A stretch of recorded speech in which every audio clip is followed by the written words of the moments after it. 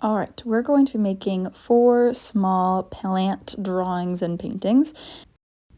Normally when I'm doing a painting, I also tape down the outside edges, but because of what we're creating, we're not getting the whole paper wet, so there shouldn't be a lot of rippling. I think I'll leave it with just this big plus of tape in the center. First, we're going to start by drawing the plant pot for the first plant. I'm using kind of a trapezoid shape to create the top wider than the bottom, and here I'm creating the little drip tray at the bottom. I'm trying to make it look a little 3D by making those curved edges on the drip tray, but for these kinds of drawings and illustrations, don't worry if it looks kind of flat. Typically the top of these plant pots have a wider rim for them, so that's what I've here added at the top. Once you have your sketch drawn out in pencil, then it's time to outline in pen. I'm using my Micron pen. I'm using a 0.5, which is a little bigger line than I usually use. I typically use a 0.1 or 0.3, but because I'm making some pretty simple illustrations, I figure the thicker line will look a little nicer and neater. I don't need a lot of lines, I just want one bold line. Now when I'm tracing, I'm not using my ruler or anything. I'm trying to keep it kind of loose. Again, these illustration styles I'm going for today are kind of sketchy or loose or simple, so I'm really not worrying about exact straight lines or edges. Even there, it was not symmetrical on either side, and that's okay. It's just about having fun getting your hand moving. Next, I'm going to add some sketchy shadows. That means I'm going to use some hatching to make some little vertical lines underneath the edges where I want some dark color later. Even though I'm going to paint that dark color, it can be helpful to have it marked out and so I know where it goes, and then the black lines are going to create more contrast and just more interest to my drawing, giving it a little bit more texture because watercolor paint is so smooth. Having that rough pen line can create some more variety. Now I did a little bit of cross hatching as well, so I made some lines go side to side as well as up and down. Now, once I've done with the pen, I'm going to go ahead and erase my pencil lines. You might want to give your pen 10 more seconds than I did. I got a little bit of a smudge, but it should dry fairly quickly, so you can go ahead and erase all those pencil lines. Once you paint, you cannot erase the pencil lines because they end up getting stuck underneath the watercolor paint, so you want to get rid of them first. Now it is time to jump in and do some painting. I'm going to go in with my first brown. This is a darker, cooler toned brown. It's my favorite, so I always use it first. However, because I'm thinking kind of terracotta, I know I'll come back in later and add a warmer tone on top. So pick whichever brown you are interested in and fill it in. You'll notice I'm using a very light version of the brown, which means I have a lot of water on my brush, and I'm spreading it around nice and carefully and thin. I don't want it to get super dark yet because now I want to be able to go back in and add some shadows. So you'll see once I've got the brown spread around, while it is still wet, I can dip in with some more concentrated paint with less water and add some shadows to those shadowy areas. Once you've got your plant pot mainly done, we're going to leave it kind of light for now. We'll come back and add some other details later. We're going to move on to mixing up a green for our leaves. Now, when you take a look at my paint palette, you're going to notice that I don't clean my paint palette in between paintings. I really enjoy using that leftover paint because it's already kind of muddy and messy, and that makes it look more real. But to show you how I do make my paint, I'm going to grab some different greens. Those greens are straight out of paint tubes. I've got a lighter yellow green and a cooler blue green, and then I'm going to add a little bit of brown. By adding a little bit of brown, I am toning down that green and making it a little more natural. When we look out into the real world, things are not super vibrant unless you want a more fantastical feeling to your painting. In that case, keep your hues very vibrant and saturated. For my art, I like to mix it with some brown to tone it down and make it feel a little bit more realistic. Now when I'm making the shape of my leaves, I'm using a round pointed brush, so I'm pressing down and lifting up at the end to make that pointed edge of the leaf. There's not really an exact way or number or direction, so I'm kind of trying to group them together, making them feel a little random by making them point in kind of different directions. In this case, I'm making one leaf kind of disappear and appear behind another leaf, just to keep my composition, the arrangement of leaves, interesting. So they don't all look exactly the same, they don't all point the same direction, there's some overlapping. That again makes your art look a little more interesting if things don't feel perfect. So keeping things not exact is actually good. Now I'm heading back in while the leaves are still wet, or maybe making them wet again, to add in some shadows. So getting some more concentrated green, less water on my brush to make some darker edges. Usually when I make shadows, I kind of pick a side of the leaf and run that dark edge along the side because I don't want to cover up all the light. When working with watercolor, you go from light to dark, so you want to make sure you leave your lights visible so they don't get covered up. Here I'm just adding some little stems, connecting each of my leaves together to make sure they all are actually growing out of the pot that I gave them, and then kind of adding some other little lines, places to just make it feel more full. So here I'm sneaking in another leaf kind of in between those. It felt empty. Kind of just go with the flow. Your instinct will tell you if something needs to be a little bit fuller or bigger or smaller, and make sure it feels well composed and well laid out. Now you might remember earlier I mentioned that this brown was kind of cooler than I thought. When I talk about warms and cools, if you think of the color wheel, half the color wheel is warm colors, red, orange, and yellow, and half the color wheel is cool colors, blue, green, and purple. Now brown is not on the color wheel, but it can be warm or cool. Does it feel more blue? Does it feel more orange? And that can really change the mood of your painting. Since we're painting kind of a terracotta pot, I thought that a warmer orangish brown would do better. So here I added orange on top.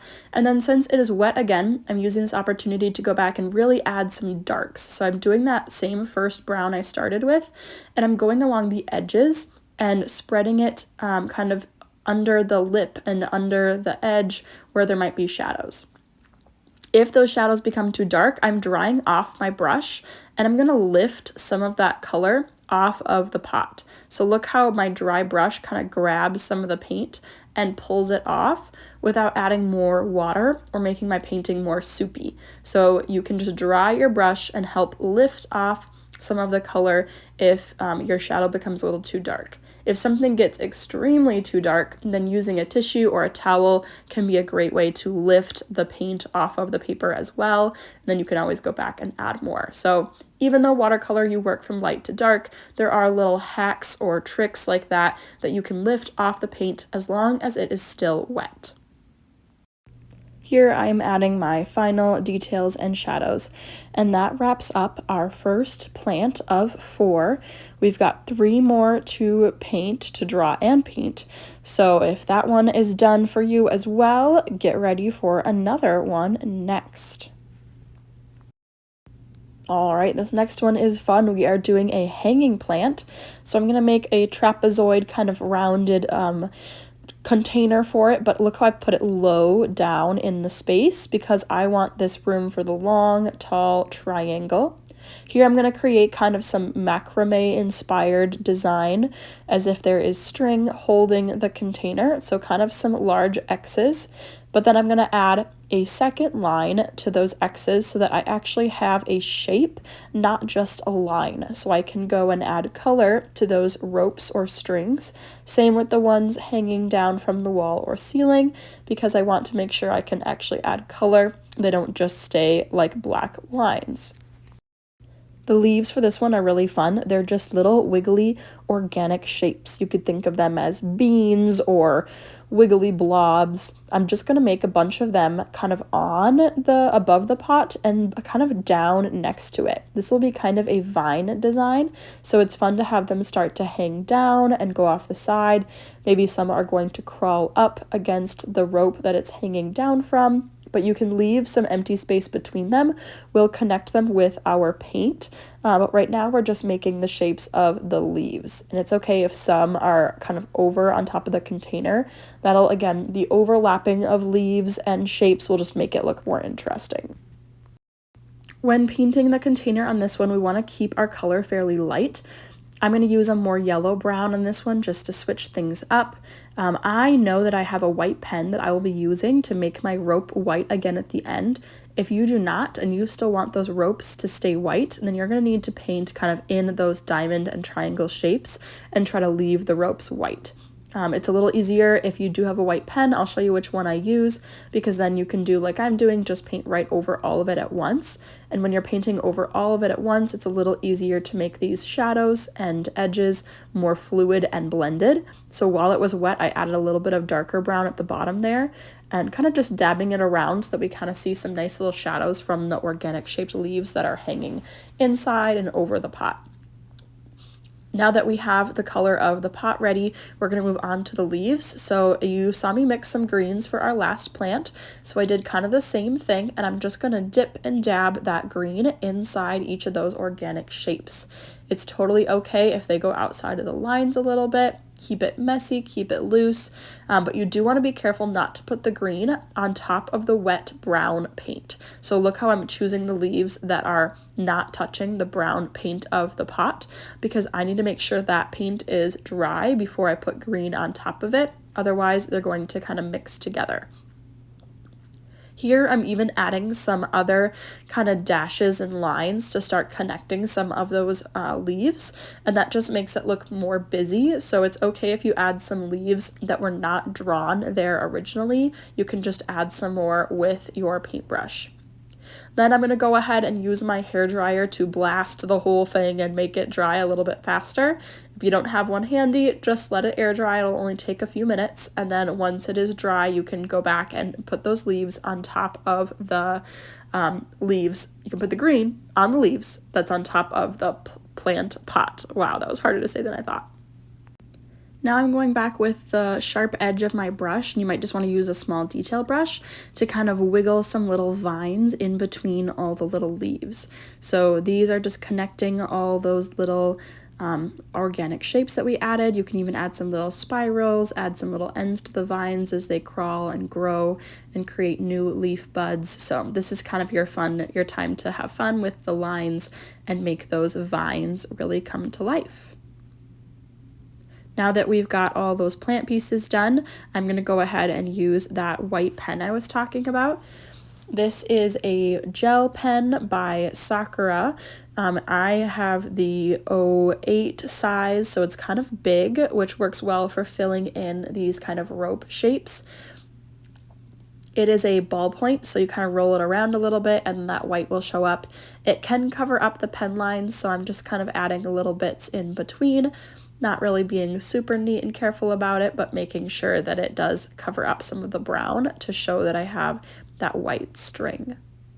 I even am adding a few little squiggles to the leaves just to show some highlights in the green area, since you're not supposed to be able to add light on top of dark with watercolor, but using a pen like this kind of helps us cheat, but in a totally acceptable way. Time for our third painting. This one, I'm going to draw some more large leaves before painting them. So I'm doing kind of a heart shape with these leaves. So they're wide and then they point out, and I want them going a lot of different directions because, again, this will make my artwork seem more interesting when there's more variety. So some are pointing towards us, some are pointing backwards to the side, and they're overlapping. That way it feels full and bushy. And then I'm going to add kind of a central stem for all of them. And then to make the plant pot, I'm going to make it a little 3D by using kind of an oval at the top of it, so we can almost see into it where the dirt is or where the soil is, and then just a nice big smiley face line for the base of the pot. As I'm looking at it, I realized I think I want one more leaf. It feels like there's a lot of space empty above it, so I'm going to add another leaf or two just to kind of fill the top of the plant and make sure that it's sitting very nicely in the space of the paper. So that, I think, makes it feel a little bit more full and not have such an empty space above it. All right, this time I'm jumping in to paint the leaves first. Oh my goodness. Well, this is a lesson in turning mistakes into masterpieces. If you saw, I totally was moving way too fast and just made a huge mark outside of the leaf shapes. So now I have another leaf that's on the top of my plant, and that's okay. I'm just going to fill the rest of my leaves in a little more carefully with my kind of yellow-green color. If you've been mixing your own colors on your paint palette, you can kind of keep using those colors for this plant as well. And if you make a mistake like that, you could try to kind of wipe it off or soak it up. But there's always a tiny bit of a shadow kind of left behind, so I decided to just roll with it and make a leaf out of it. So that's your lesson for today. Always try to turn mistakes into masterpieces. That's what I tell my elementary students. It's a good mindset for, life, keeping a positive attitude, but it'll work out just fine. Now, while my paint is still wet, I'm going to go in with some darker colors and add some kind of shadows, kind of doing it in the center this time to create kind of a line as if the leaf was kind of bent or folded. Sometimes you'll see that where there's kind of a center darker area with the highlights on the edges. I'm speeding up this next part because I'm just being putsy, kind of trying to blend those shadows out a little bit. I actually use a tissue to kind of lift up some of the edges to keep them bright and highlighted, and then I added a few darker shadows on the insides of the leaves. Now it's time to paint the actual pot of the plant. I'm going to use a more orange brown this time, trying to keep each plant a little bit unique when it comes to the container that they're in. So I'm going to spread that orangish brown all over, trying to stay inside the lines and trying not to overlap that big green leaf that's poking down in front. And then while it's wet, I always like to go back and add some more shadows or darker areas and mixing that in. With these kind of plant pots, it can be fun to even just do little dabs or dashes and dots with the shadows because it can look a little bit more like handmade. In this case, I'm going to add some shadows to the very top where the dirt might be to kind of show that inside soil area. Now that my leaves have dried, I'm actually going to take my pen and make that mistake look a little bit more intentional by tracing around it there. And then while I have my pen out, I'm going to jump up to my very first plant and go back and outline those leaves. If you like the look of them just watercolor, as always, you can decide how to finish things yourself. I really prefer the pen lines with my details, so I'm using my pen to just kind of loosely go around each of those leaves and make it a little more defined or have a little more just edge to it. I'm okay if they're not perfect, but that pen line and leaf combo will match the plant pot underneath it a little bit better. Once I have all these lines outlined, I went back and actually added some lines kind of in the center to divide those shadows from the highlights. So just again to add more detail to it. Going back to the plant we are on, it's time to add some more painting detail. So I'm going to use kind of a darker green to add some more shadows to the plant. Here I'm using the dark green to outline the edges of the leaf and kind of add a detail along the center of the leaf, just giving it again some more dimension. Each leaf, you can do something kind of similar because again, it makes them feel like they're kind of from the same plant if they all have a similar type of design or color of green. However, as I'm doing this, I'm realizing that it kind of feels really hard-edged and like too illustrative. So I'm going to go back with just a wet brush and kind of blur some of those edges and lines, just messily, not with really a specific goal in mind, but hoping to make it feel a little more natural by not making those edges of the lines so sharp. All right, time for our final drawing. This one, we're gonna draw a cactus, a little different. I'm creating a more square, rounded kind of plant pot for it, and then starting with a tall, large ovular shape and a small oval. So kind of two parts to the cactus with a little flower on the big one. You could always add another flower on the small one if you want to. Because this drawing is so small overall, I'm just sticking to the one flower. Now that I have it drawn, I'm going to go over in pen and make some nice bold lines around the plant pot and around the cactus. Now, it's okay if your cactus is kind of wiggly or not perfect, so I purposefully traced that oval a little bit incorrectly or a little wobbly, and then I'm using short dashed lines to kind of stick out and make the pointy structure of the cactus. Here, when I trace the big cactus, I want to make sure not to trace where the flower is going to go, so I don't have any lines going through the flower, so I stopped and traced the flower. Now I'm making the long, pointy parts of the cactus a little bit longer than the smaller part of the cactus. Since that part has grown bigger, it should have some bigger spikes. Once again, of course, once we outline in pen, make sure to erase any pencil lines left behind, because once we paint in watercolor, we will not be able to erase those pencil lines. Now it is time to paint. I'm going to go ahead and start with my lightest green for my cactus friends, kind of filling in those ovular shapes with the yellow light green to make my green lighter. I've added extra water to my brush to make sure that the paint is not super bright or vibrant. While it is still wet, I'm going to go and add little bits of yellow or like a yellow brown. In this case, I think it's a yellow ochre, just to, again, kind of tone down or give that kind of deserty, hot yellow feel to my cacti. I am from Minnesota, so we don't see many cactus actually growing outside, but I had to look up a lot of reference pictures to get some ideas for this one. And while it's wet here, I'm adding some extra shadows and darker areas to, again, add more interest. But you might notice I didn't blend them perfectly. It's fun if they're a little bit uneven or imperfect. It's just that variety we are looking for. Once I have all the greens figured out in my cactus, I want to make sure that they're kind of dry, at least close to the flower, because that's what I'm going to go ahead and paint next. If it is not completely dry, you could always jump back to the flower later. I'm going to choose a red because red and green are complementary. That means they're opposites. They make each other stand out. So by choosing a red flower, it's really going to pop against the green cactus, but you could really choose any color flower that you want. And then for the plant pot, I decided to do a pop of color for this one as well. So I'm using some blue. This is my favorite blue, and I don't know what it's called, which is going to be problematic when I finally run out of it. I'm going to have to do some testing and figure that out. But here I'm adding it, trying to keep the whole area fairly wet while I spread the paint around so that I can keep it all blended and smooth. Once I've got it all there, I'm going to go back with some more intense color for shadows, so some darker colors on the edges. When I am painting the darker color, I'm kind of following the curve of the plant pot, so creating kind of a 3D to it by curving it and making those edges feel like they stick out at us and giving kind of a shadow at the top. So by curving your brush strokes, you can make that plant pot feel a little bit more 3D.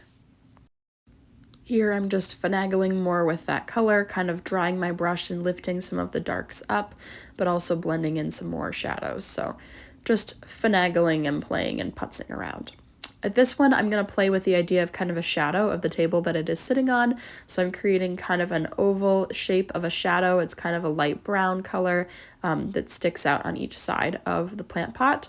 And then to really make a shadow where the actual plant pot is sitting, I'm going to add a bit of a darker shadow right next to the plant pot with some more gray tones, just to see if this one will benefit from a little bit of a background environment. And that wraps up the last of our 4 paintings.